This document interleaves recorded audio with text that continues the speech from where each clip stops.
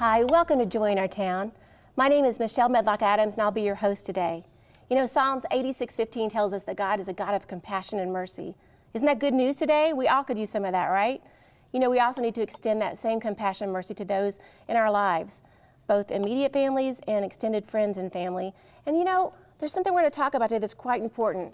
People who have been incarcerated, when they come back out of the prison and into the network here, trying to fit back into society, I'm not sure that they're always given that compassion and that mercy that we're supposed to give as Christians. So we're going to talk about that today and maybe challenge some of us to do better and find out what exactly this is all about. And we have some experts here to help us in studio.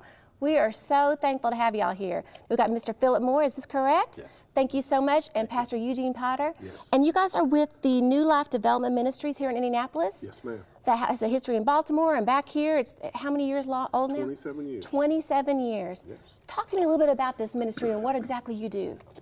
New Life Development Ministry started with one person. One person asked for some help. We were raking some leaves at my church. We had about 18 acres. We out raking leaves, and I was just trying to make a living and just starting a construction business, and he just got out of prison, 6.5 years in prison. And he said, I need some help. And I said, well, call me. But he called me 50 times. Wow. And once 50 times was about it, I said, I got to help this man. And I started with him. 6 months later after starting, he took me back to his house and he pointed to all the things that I taught him how to do. I said, this is something. I'm on to something. So I used, from a social enterprise networking kind of way, construction to pay for his income. And so over the last 27 years, I've had a non-for-profit that's trains and a for-profit that made the money to pay the guys. So that was our sustainable model, and that's what we used, and that's how we got started. Well, that makes a lot of sense. Mm-hmm. What have you found has been the biggest problem for those who are coming out of prison system back into society? Let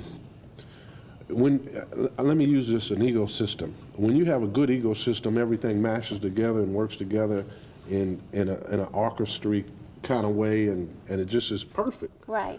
But when people come out of the criminal system, they always have some problems. Mm-hmm. There's a mesh of all kind of problems: no employment, mental health, addiction, low self-esteem, no training, no support system.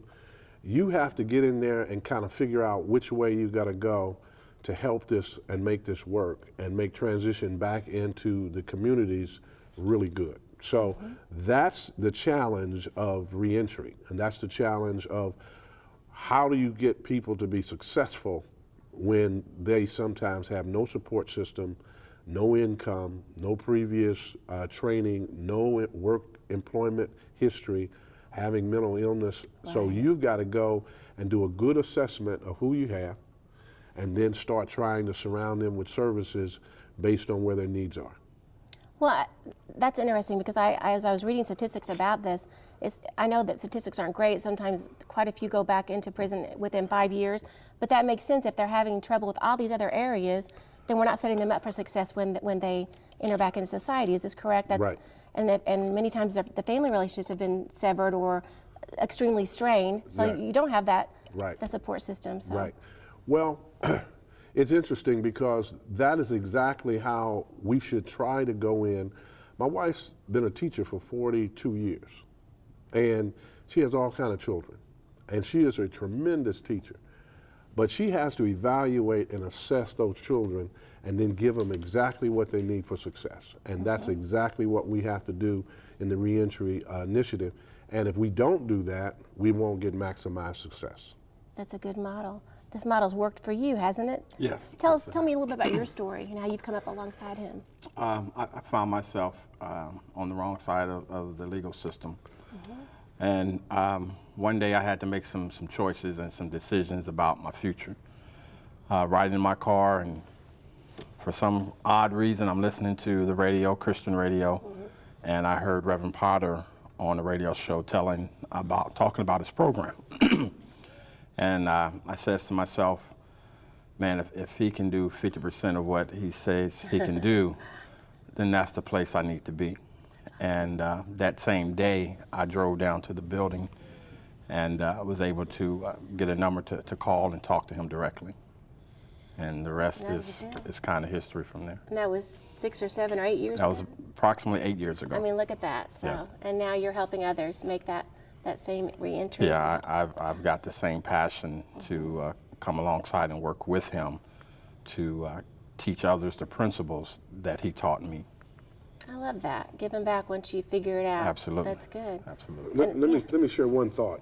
This thought would be, when we make a mistake and we gather everybody, and I used to play basketball. I had played at Christmas Addicts High School, and one time we had guys coming out for the team, and it was 150 guys. Wow. That's how much they wanted to play. And the coach came out and said, this is going to be mathematically impossible to get you all on this team. So he had to go through a selective process to get the best of the best. I think one of the problems that we make a real mistake in reentry is we just put everybody out there assuming that they can do everything. And we need to build champions, just like Phil. Phil's a champion for reentry now. We need to build champions. We need to make a good selection, an assessment and a vetting to bring the best to the front so we can use them and they can then go out and help as soldiers to do this thing better. But we make a mistake sometimes and just take those who have no ability to help the process and the fiber of the reconstructing of men's lives, that we fumble and stumble and fumble the ball.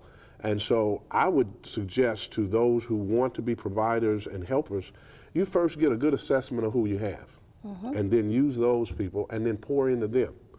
Because God said to me some time ago, some years ago, God, I used to say, pour into me that I may pour into others.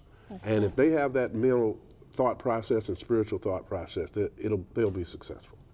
And so that's how you're running this particular ministry, and it's working. Yes. You've got great success with it, Right. good numbers? Yes. One of the numbers that really is impressive to us by what God has done is if we had the national average is about 67% recidivism, going back to prison within a 3-year period. Wow.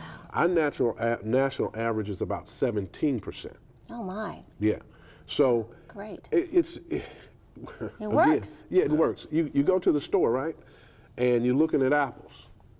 And you pick through the apples, right? What do you do? Absolutely, every time. To get the what? Yeah, to get the best ones. Okay. Yeah.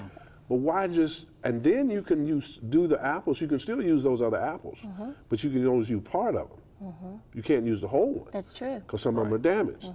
And so you put them in the right position with the right kind of recipe, Yeah. you can still use them. Yeah, I'm gonna use those in my apple pie. I'm not Yeah, gonna, right? that's See, that's right. different. Exactly. Yeah. Right. And so that's the process that's not done successfully.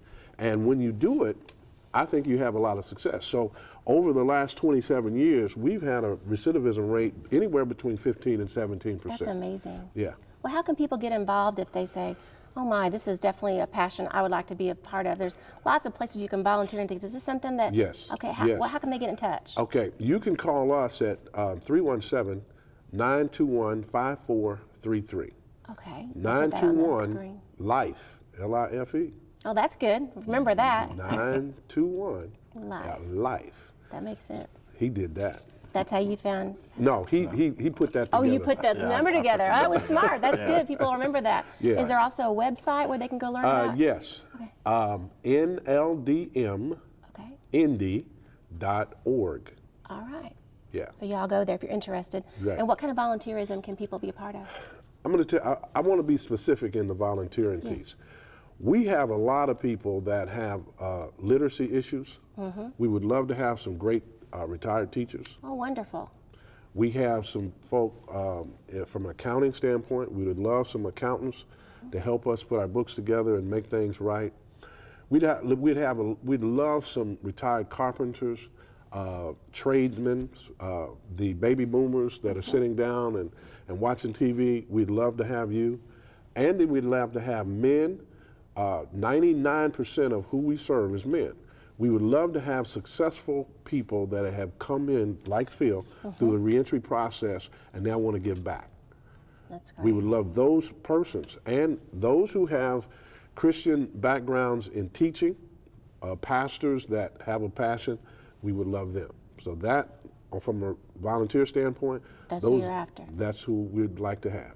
And it's important to have the good people working out there with you. I know you can't do it all alone, though, your heart, No, we so can't. obviously you've had that in place if you're having that great of a success. Yes. That's awesome. And I want to throw this in. Yes, please.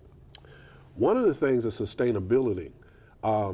There's not a lot of sweet spots for people that have former criminal histories. You can't, if we were doing something like with a kids program where a kid is got leukemia or something like that, money will just fly to them. Well, you ask for money for people who have former criminal histories, it's tough. We have found that the private sector, if you could go along and marry with somebody who has a need in the private sector, we have our chairman of the board, Jay Bremer, who has helped us the last 6 years at least do marvelous things and give us funds to help. We painted Crown Hill's fence, and he's the manager of Crown Hill, and it took us 2.5 years. But that produced so many jobs and so much stability for the men.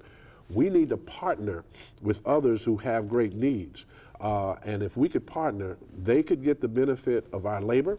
Absolutely. And the discount that we could give as a nonprofit, some of the grants that we use. We've done things with the Urban League and the city and other partners. And when we come along with those partners, they help us financially stabilize what we have to do. That's great. It's not that you're asking for a handout. You're asking. No, let us be a help to you as well. Right. It's a partnership. Yeah, and let me throw this in. On the one side, with the construction business that's been going on for 27 years, we can do just about any residential rehab. So we would partner with an investor and take their house and put it together.